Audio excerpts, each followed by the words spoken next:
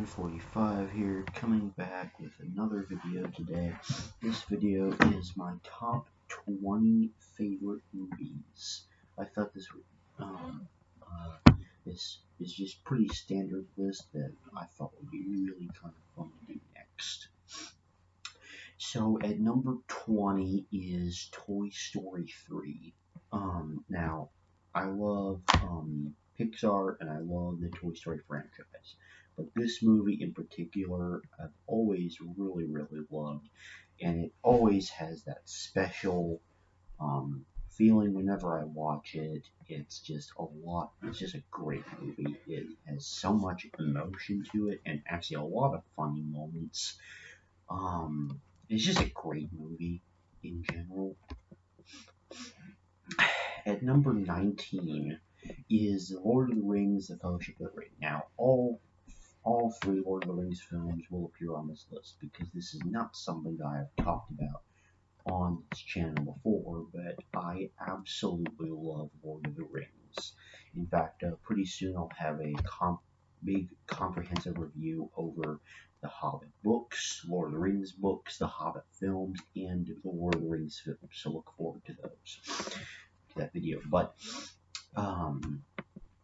this movie is just incredible in the way that it introduces the characters, and it really has to kind of build a world and just kind of mesh all these elements together while at the same time introducing characters and their quality traits and their motivations to be developed throughout the later films. And I think what is most impressive about this movie is the way it managed to fit a lot of things into one movie without making it seem like there's too much or it's rushed, because it still maintains excellent pacing throughout the entire film and a cohesive story. So it is a huge bonus there. And the entire intro sequence is just so cool because I love any world building like that, and you don't see it in many movies like you see it in this film. So I think that is absolutely incredible. At number 18 is The Force Awakens, or just Episode 7 of Star Wars, because I am also a humongous Star Wars, and for later reference in the video, Marvel fan. So, this movie, I've heard a lot of complaints from various movie reviewers that this is too much like A New Hope. While I do see their point, I also have to kind of disagree because of the way that the plot unfolds. And yes, they end up destroying a big giant space thing, but to be honest, I just love watching it because, I love A New Hope, and if it's like A New Hope, then you get to relive watching A New Hope, which is just a big plus. So I don't get why people complain it's too similar to A New Hope. But anyway, Rey is one of the most interesting characters in Star Wars because she's really just introduced as this nobody that no one really knows what happened to her, and then she's suddenly force sensitive, and that whole thing is just incredible. And then Kylo Ren is such a dynamic character throughout the entire sequel trilogy. I'll get to that more later, but in this movie he really serves as this kind of villain figure, but you also see in what ways is he trying to live up to Darth Vader, which I really think adds this depth of this layer of depth to his character. So at 17, and probably a movie that shouldn't be above the movies I have just listed, but I don't care.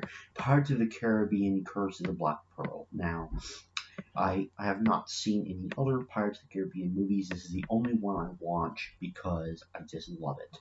It is Like, I didn't think I would like a pirate movie this much when I watched it, but I just continually find it so much fun and so enjoyable every time I watch this film. And that feeling of enjoyment is really just what is why I love it so much. Now, number 16, and the greatest comedy of all time, no questions, no other answer can be given, Monty Python and the Holy Grail. This movie has so many funny jokes, hilarious skits, and scenes that make absolutely no sense that it is such a thrill watching. In fact, the only reason it's not higher on this list is just because there are movies that are more serious that are better than this film. But if we're talking comedies, this is top of the list. Easy. At number 15, and I'm kind of cheating here, but the Kung Fu Panda trilogy. Now, I love all these movies pretty much equally. I think everyone always says 2 is the best, and 2 is incredible. But I think I really like all 3 of them equally for different reasons. I love the first one just because of Master Oogway. I think he is such a cool, like, wise type character, and I love those types of characters in a film. And the second film just explores more of Poe's backstory, and it really kind of shows that the connections that Lord Shen, the villain, has to this to Poe and his past. And I think that makes an excellent dynamic of the film, while still maintaining the humor and wit that the first film had. And then the third film, I think it while it didn't have as much emotion, I think it really goes on a broader scale with like the plot of the film, with it introducing Chi and the spirit realm, and then Kai is just a villain that you think like cool. Like, he's just that kind of villain in this film, and it definitely is more witty, which I appreciate. It's this nice contrast within the trilogy. And overall, I think this is such an excellent trilogy of movies that I could never pick one over the other. So at number 14 is Lord of the Rings, The Two Towers. Now, beyond this point, the placement got really, really hard. The Two Towers just does so many things right. In fact, like, it is, like, when you're talking about a sequel as the second movie in a trilogy, this is the second best of it. Like, the best will be coming a little later in this list, but it does so many things right. Between the Ents, which I just love, that's a guilty pleasure of mine, to the threat of Isengard and the Uruk-hai, to Rohan and Theoden being some of the best content in The Lord of the Rings. Genuinely. Like, I just love seeing that. And the Battle of Helm's Deep is one of the best third acts in a film I have ever seen. And not many things top it, and no one can change my mind about how awesome that third act is. It just constantly brings in new threats and new points of drama. They're kind of heroes, villains, and it's just amazing. The entire film just does so much right. I really think it is incredibly well crafted, and of course, people expected the film in the trilogy to be the kind of weak one in the trilogy. I do not believe that is the case at all. If anything, I think it's actually stronger of a film than Fellowship of the Ring was, because it just does so much right. And number 13 is Episode 8, The Last Jedi. Now, I am a rare individual that actually loves all three prequels. It's not prequels, sorry. No. I don't like the prequels. Let me get that across. The sequels, sorry. The probably one of the few rare people that actually likes all three sequels and thinks they have a connected storyline. This film is an excellent middle film. And this is not what I'm talking about for being the second best like sequel in a trilogy second thing, but I do still think it is an excellent film. And the Sacred Jedi text scene in this film is my favorite scene in all of movie history because that quote, "The greatest teacher of failure," is my favorite movie quote of all time. I really think it is kind of personifies this wisdom of Yoda, and the whole thing is just this big Yoda fan payoff scene. And I am a massive Yoda fan. He is my favorite movie character of all time. And just the whole film is incredibly consistent between the Rey Kylo dynamics. Like the dyad in the Force is easily one of the best things, in my opinion, about the entire sequel trilogy. I think that is such a creative concept, and they do so many amazing things with the idea.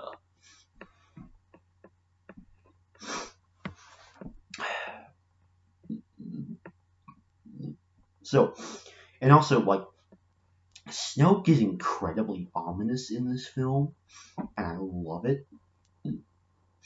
And then, obviously, the best part to me about the film is Luke's, like, arc.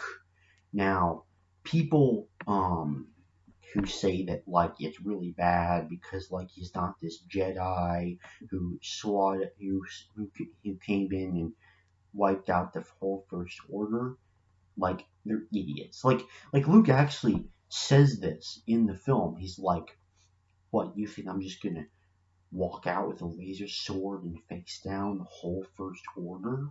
Like, that quote is really just kind of alluding to the types of people that didn't like this film. Like, those people are honestly, in my opinion, just idiots because they don't understand how Luke's arc is. Because, he's the hero in the original trilogy that discovers his powers, but he had the devastation done to him, which caused him to close himself off from the Force. And like he said, "I will never train another generation." Now, I will admit, I think that what happened was maybe a little too simple. I think they could have done a little bit more to make the event that happened a little more complex and a little bit more tragic. But still, as a whole, I absolutely love what they did with Luke's arc, and easily my other favorite besides the Rey Kylo dynamics in this film in the Sacred Jedi text scene, which is also another pivotal Luke scene in the film, by the way, is the oh gosh, I don't remember.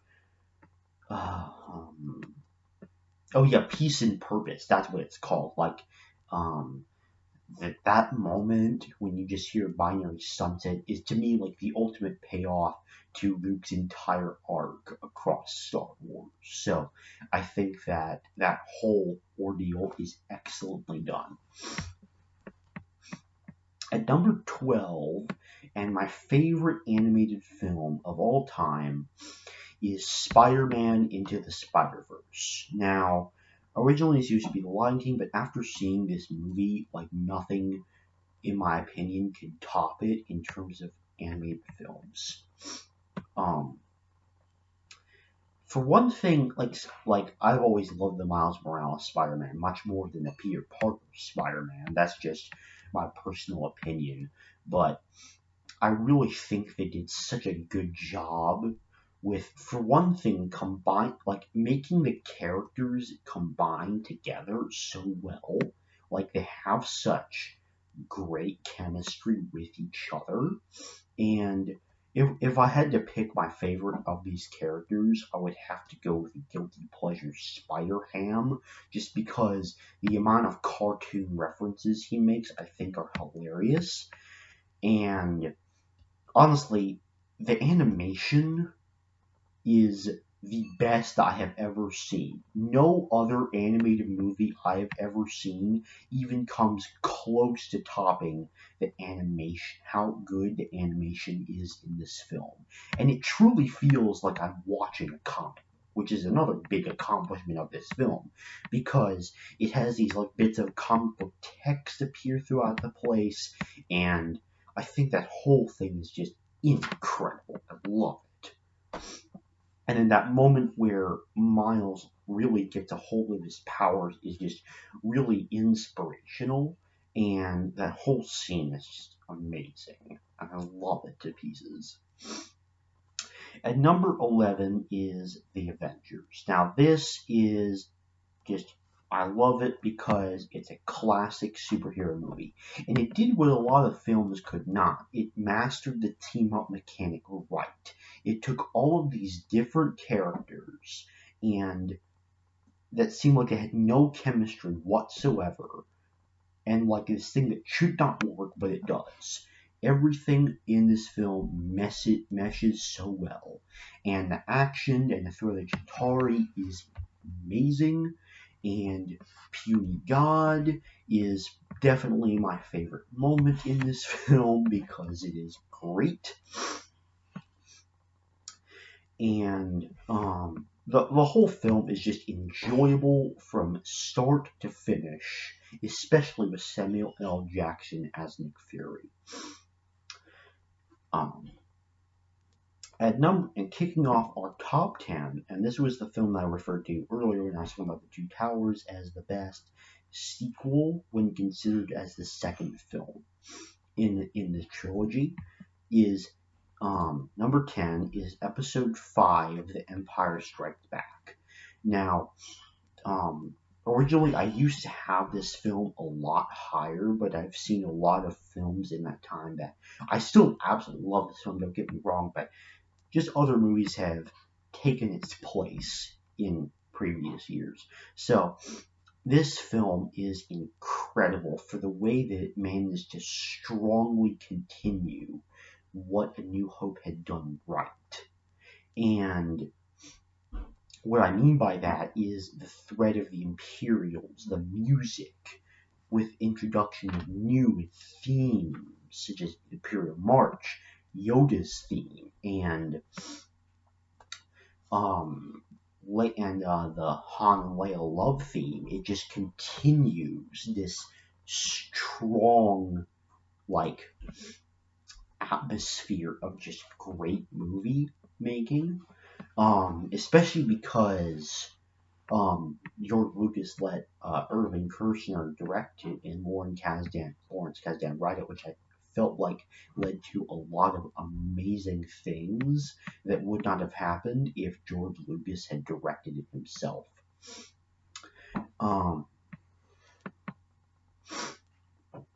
Because you really kind of explore Irving Kershner's strength as a director and Lawrence Kasdan's strength as the writer, and Lucas's strength as a visionary, not necessarily a director of actors. And the I Am Your Father twist is the best in movie history. Like, there's just no disputing it. It's just an instant classic for me, and every time I watch it, I just always enjoy myself. And though personally, because I am such a Yoda fan, I love Do or Do Not, There Is No Try just slightly more than this, but that's just a really personal thing because I like Yoda so much. At number 9 is The Matrix. Now, this is completely mind-warping film when I watch it. But I must say I have never felt more pumped up after watching a movie than when I did after watching this film for the very first time. Like, it does a lot of things very, very right. The action is incredible. And super creative, and the plot is amazingly deep and profound with how many elements it kind of pulls in and explores, and the world building it makes is amazing. And Morpheus is easily the best character of this film and another one of my favorite movie characters of all time. And that quote, "What is real? How do you define real?" is amazing. That's another amazing quote too. And then you really get to explore the personalities until they're all killed by Cypher, that is, of like the different characters. Though the one thing I've never liked about this film is the Trinity and Neo romance. Like that just feels like it was tossed in there, but otherwise this entire film is incredible and it does so many things right and it's just awesome. At number 8 is Captain America the Winter Soldier. Now, this movie is so gripping. This was the first of its kind, and this was the first Marvel movie directed by my favorite directors, the Russo brothers. This movie just does so many things. It is a gripping film. And what I mean by that is the kind of character relationships explored in the past MCU movies are just absolutely strengthened within this film because of the relationship that you see between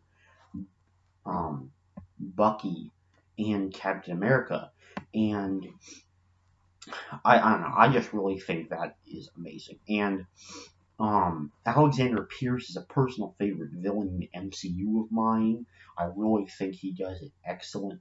I really think Robert Redford did such a good job playing him as a villain. And every time I watch this film, it gets better in some way. Not any specific way, but every time I watch it, it gets better.